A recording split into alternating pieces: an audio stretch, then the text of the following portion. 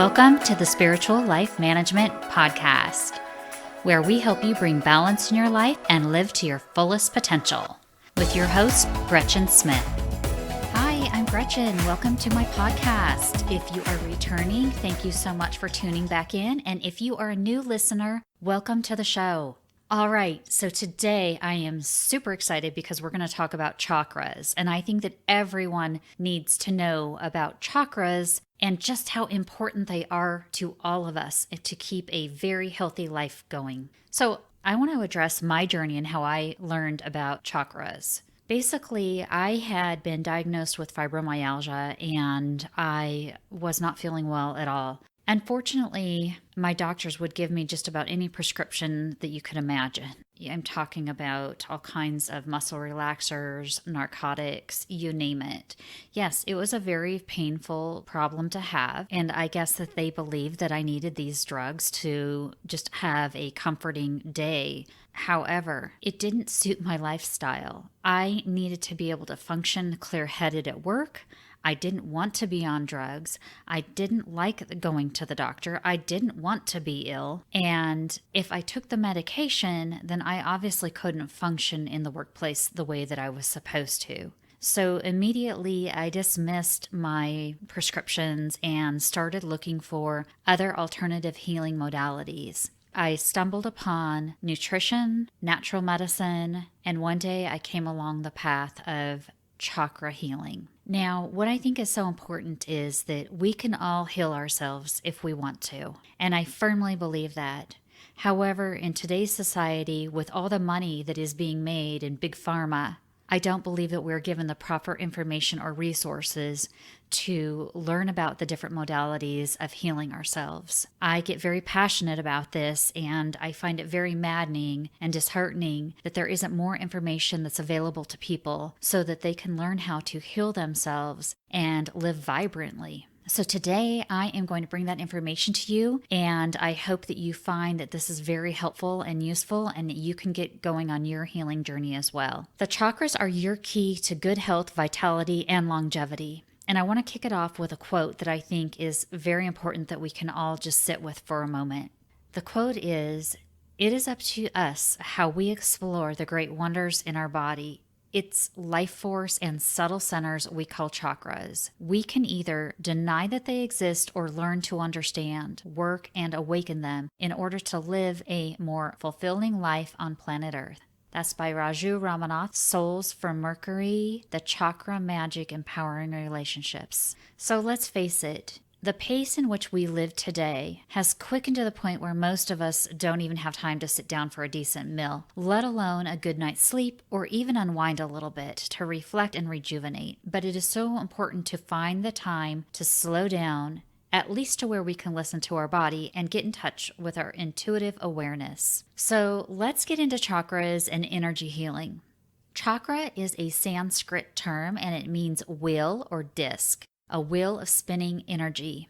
Information on chakras dates back to about 5,000 years to the Middle East, the ancient Romans, and then onward to the Western society. Classic Greek ideas about the chakras are contained in the writings of Plato.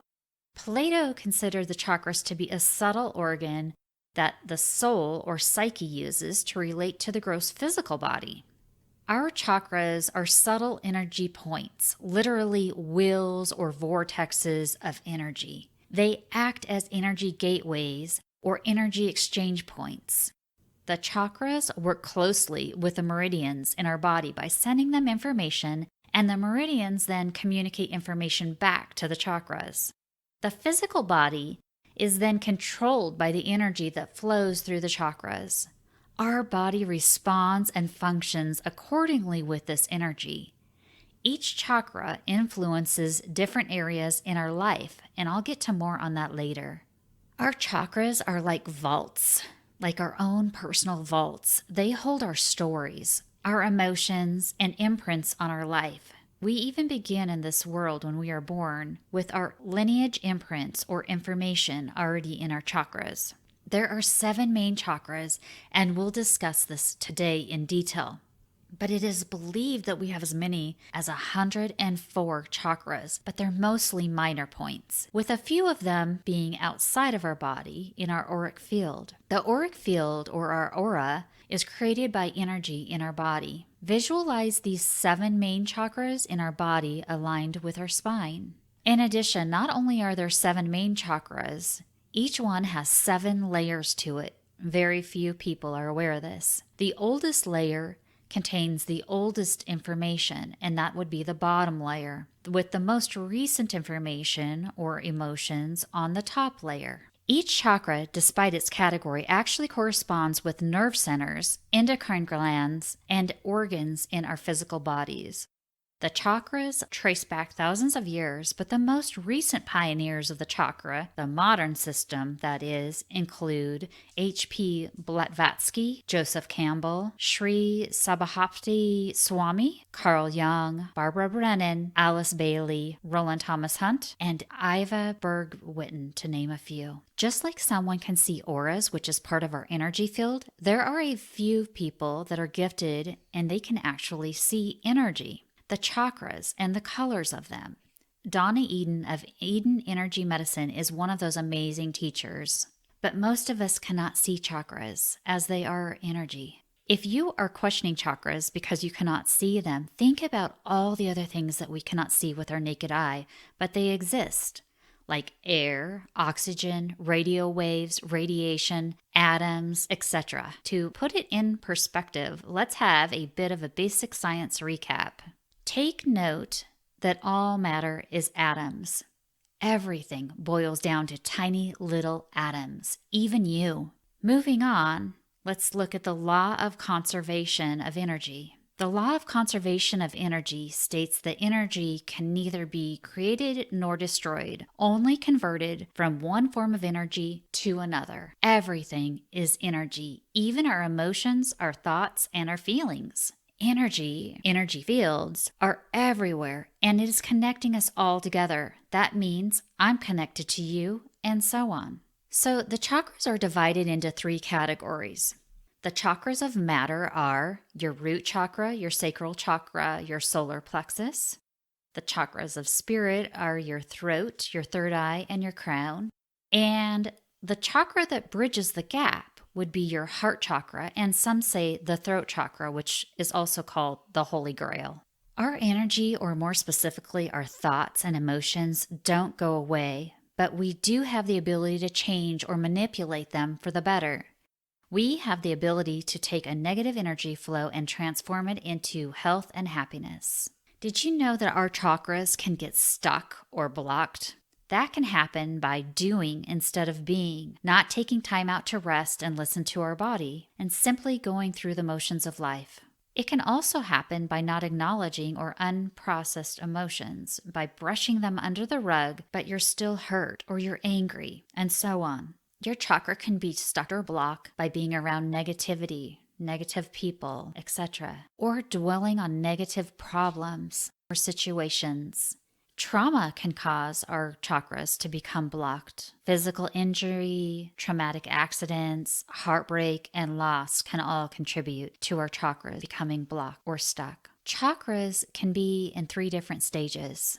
They can be active or balanced, which would be a normal input or output of energy, and you'll feel good and healthy and vibrant. Or they can be overactive and wide open, overstimulated. You might be short-fused, and you may possibly have illness. They can also be underactive or blocked, and you may need stimulation just to cope. You may have low energy, low vibration, and illness. The more imbalances you have and the longer they stay, the bigger and the deeper the issues can become. So if you're having a hard time understanding your chakra system and what that looks like if your chakra is blocked or overwhelmed, the best example for understanding a blocked chakra that I have heard is actually from Melissa Crowhurst of Natural Healer. Here is how chakras work within you. Think of your body as a bed of a river, and the energy is the water in it. Life within and around the river, when it flows smoothly. If there are any points in your riverbed that cause the water to slow to the point of nearly stopping, the water becomes stale and stagnant. Then bacteria and mold start to grow. that blockage can also stop the flow of water getting to where it was originally headed. So the rest of the river, or perhaps a pond or a lake down the line, dries up and the life once supported perishes. There may be a case where the water in the riverbed is rushing too quickly. This would be your overactive chakra. So it overloads its riverbanks and overwhelms the endpoint. Those areas will quickly become imbalanced and the normal rhythm of life goes and gets disturbed. When we are too busy brushing emotions under the rug, or being subjected to negativity or heartbreak, our riverbeds get mucked up. They get murky and it doesn't flow at normal levels, resulting in blockages or overactivity. But don't fear, we can all balance our chakras and live well. Let's discuss chakras and their correlation to our systems. Okay, I will review the 7 main chakras individually.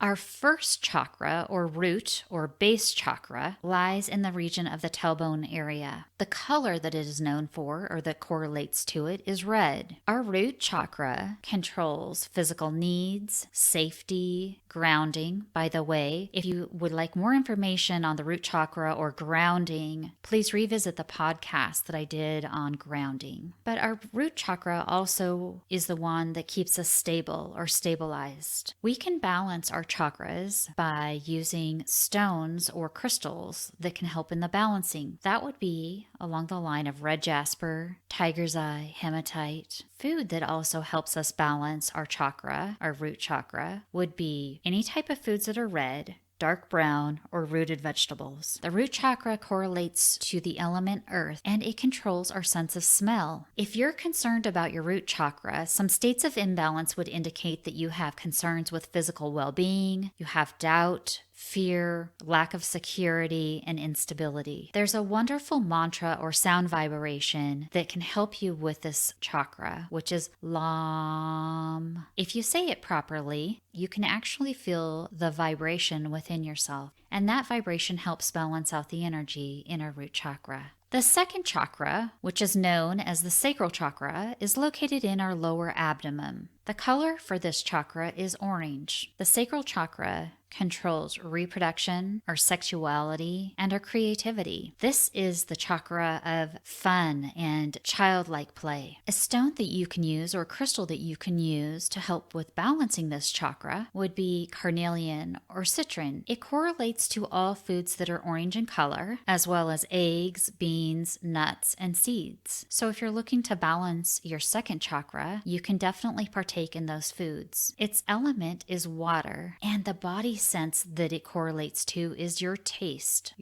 buds. If you're wondering if you have an imbalance in your sacral chakra, you might be feeling repressed as far as creativity is concerned. You may have a sexual dysfunction. Perhaps you have emotional issues and lack of self-worth or self-esteem as an issue of imbalance in the sacral chakra. Its mantra or vibrational sound is VAM, V-A-M.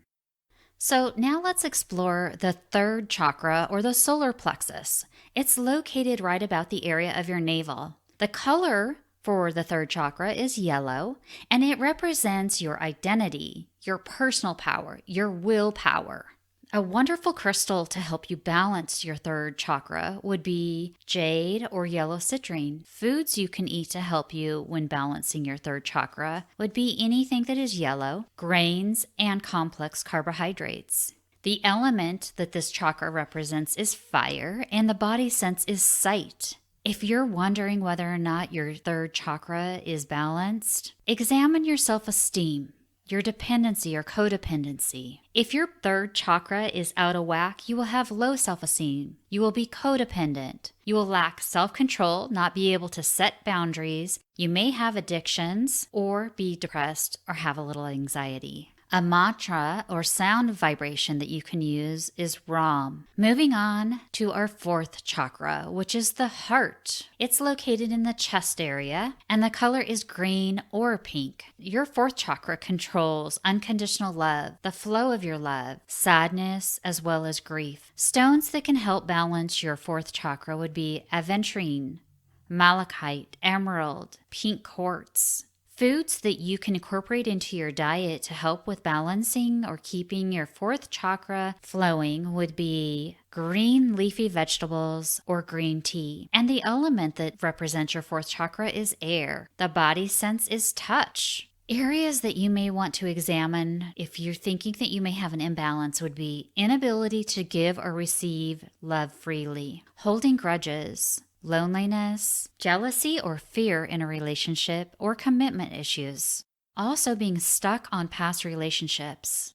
If you're experiencing any of those, you may have an imbalance in your heart chakra. A great sound mantra would be Yam. All right, we're moving on to the Holy Grail, which would be the fifth chakra, which is located in our neck, right at the base of our neck where the little indent is. And the color is blue. We call the fifth chakra the Holy Grail because if this chakra has an imbalance, it may block all the other chakras from coming up to the seventh chakra. It's the area where communication takes place. As a matter of fact, the fifth chakra controls communication, self-expression, and it's the main gateway or communicator to all of the chakras. As a matter of fact, there are many different areas of energy flowing through this specific chakra. A great crystal or stone to use if you're looking to balance this particular chakra would be lapis lazuli, turquoise, or aquamarine. And of course, you can incorporate some blue foods into your diet. However, there aren't all that many blue foods. So liquids is also a wonderful thing that you can incorporate more of into your diet if you're looking to balance out your throat chakra. The element is ether, and the body sense that it controls would be hearing. If you think that you may have an imbalance in your throat chakra, you may be holding back expression. You may find difficulty communicating or not feeling heard or speaking your truth.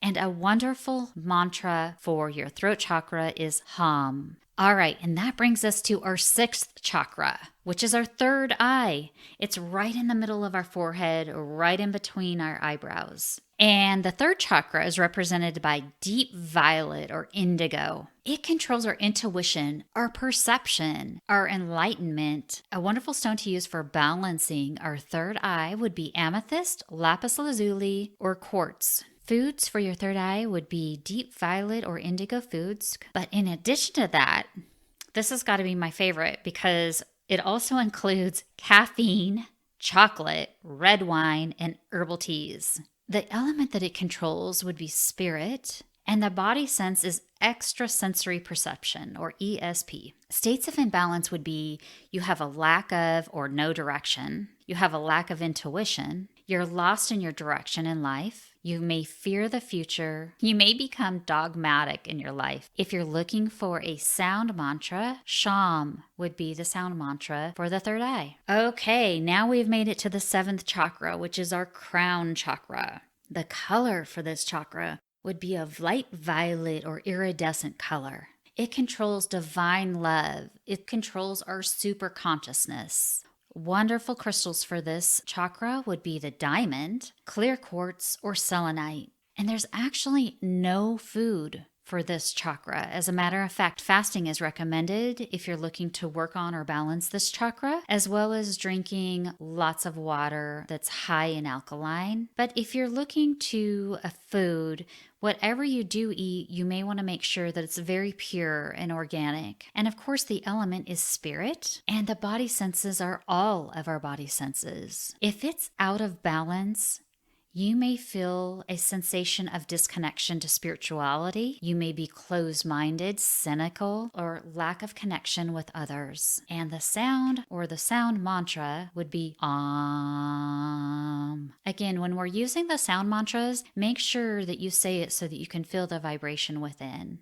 Just to recap a little bit on the colors, the first chakra is red, the second chakra is orange, the third or solar plexus is yellow, the heart chakra is green, the throat chakra is blue, the third eye or the sixth chakra would be a indigo color, and the seventh chakra would be a light violet or iridescent color. Now, the beautiful thing about knowing these colors is that they work very well for foods as well as even clothing. So if you're looking to balance out, not only can you use the foods that we discussed, but you can incorporate colors of clothing also, surrounding yourself in the correlating color to your your chakra is wonderful for helping them balance out. In addition, there are also yoga poses that you can do for each chakra. For a root chakra, you can do the tree pose. And for the throat chakra, you can do a shoulder stand. For the heart chakra, you can do the camel pose. For the sacral chakra, you can do a goddess pose. And for the crown chakra, you can do a headstand. And the third eye chakra, you can do a downward dog. And last but not least, our solar plexus chakra, you can do a warrior pose. So those are some of the very simple little things that we can do to incorporate into our life and create some balance within our chakras. Another wonderful way to balance out our chakras would be using scents or essential oils. And I'm not going to get into all of the details on different essential oils that you can use because it can get very complicated depending upon whether your chakra is overactive or if it's blocked. But I want to send you guys to a wonderful resource, which is by visiting auracacia.com. They have wonderful information on their website about what combination of essential oils you can use on various chakras, whether they are imbalanced, whether they are underactive or overactive.